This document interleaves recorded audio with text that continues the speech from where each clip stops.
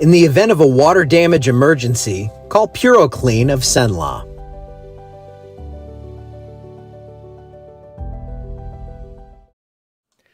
Good morning. We had fishermen out there, and it looked like they were watching the Loch Ness Monster there for a little while. I think it was a duck or something. Anyway, I haven't seen them catch anything, but that's what I've been watching. I get the little preview show, and of course, you can watch the cameras on the app and on the website. I'm always promoting something, aren't I? That's the way we do it around here. Okay, we have some nice conditions out there, a little foggy. We have some clouds here back at home, well, my home in Alexandria. And good morning, everyone. How you doing? John, your finger slipped? Yeah, I figured it was, I just saw good. And I thought you were saying because the Christmas thaw was looking robust and I was very mad. But no, good morning. Good morning to all of you. So this is what it looks like here from about, I think 80 feet up on that tower on Texas Avenue. And I'm very jealous this morning because a nice stripe of snow has fallen across the Midwest from Illinois into Indiana and then into the Ohio River Valley. You see that snow even scraping northern North Carolina. And there comes the next one. And this is very typical of a La Nina pattern. You get that northwesterly flow. There come new winter weather advisories and all that stuff. So lots of snow up north. But this pattern is going to shift. And we're going to see that jet stream not buckle. It's going to just kind of all pull up to the north. And that's going to give us incredibly warm temperatures. 53 degrees Alexandria, 61 down in Lafayette, and we have a little light breeze in store for you today, about 5 to 10 miles per hour. Not much on that, and really nothing doing for the weekend apart from a few showers out there, and I don't think we're going to see much more beyond that. So it's looking like not a lot of rain. We still need a decent bit, even though we've seen some improvement on the drought monitor. I'll show you that in just a second. Low 70s for highs today. We do have a nice cool down. If you like cold, we have like 36 hours of intense cold, and then it just warms up for like the rest of the year. No, not the rest of the year, but up until Christmas. And I explained why we can say something like that, why we can go out 2 weeks on temperatures with a pretty general idea, as opposed to saying, hey, it's going to snow in Alexandria in 12 days. It's a different process. So I posted about that yesterday if you want to nerd out. Nothing going on in the whole country regarding thunder, so no severe threat.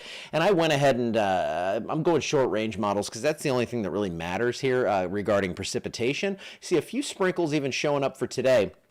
And then tomorrow, a few more. Not much, though. So Saturday evening into Sunday, that's when I think we have our best chance for rain. It's going to be about a 50% coverage, and then that front comes through, pushes the rain out before we get too cold out there. And, man, we need it. We still have a severe drought up in Natchitoches Parish. We have a moderate drought in these areas of kind of beige, and then yellow is abnormally dry. So we need rain in the area. We're not getting it for the next 2 weeks, at least nothing significant. For the next 7 days, we have a few little sprinkles out there, but generally less than a quarter of an inch. These amounts have trended downward over the last few days, and you see temperatures again, kind of a roller coaster. It dips there on Monday and comes up, and then it just continues sideways or even coming up a little. I would not be surprised to see an 80-degree reading before Christmas. I don't like to talk about it, but it's true. 23 on the other end, and I don't want to talk about a hard freeze, but it looks like we could see that Sunday night, and then Monday is cold. That is fireplace. That is Christmas shopping day. That is everything you need to get in. If you need to be in that Christmas spirit by it being cold, I want you to do it maybe Sunday, but definitely on Monday, and then things warm quickly into the middle of the week. Now, this is this is the forecast. This is it's rare to see this level of red. I'm going to show you on the 6 to 10 day outlook. We have the next level of red, which I don't know if I've ever seen, but it's going to be very warm. We know that through Christmas, and beyond that, it looks like no precipitation, really. Nothing significant, so it's going to stay dry.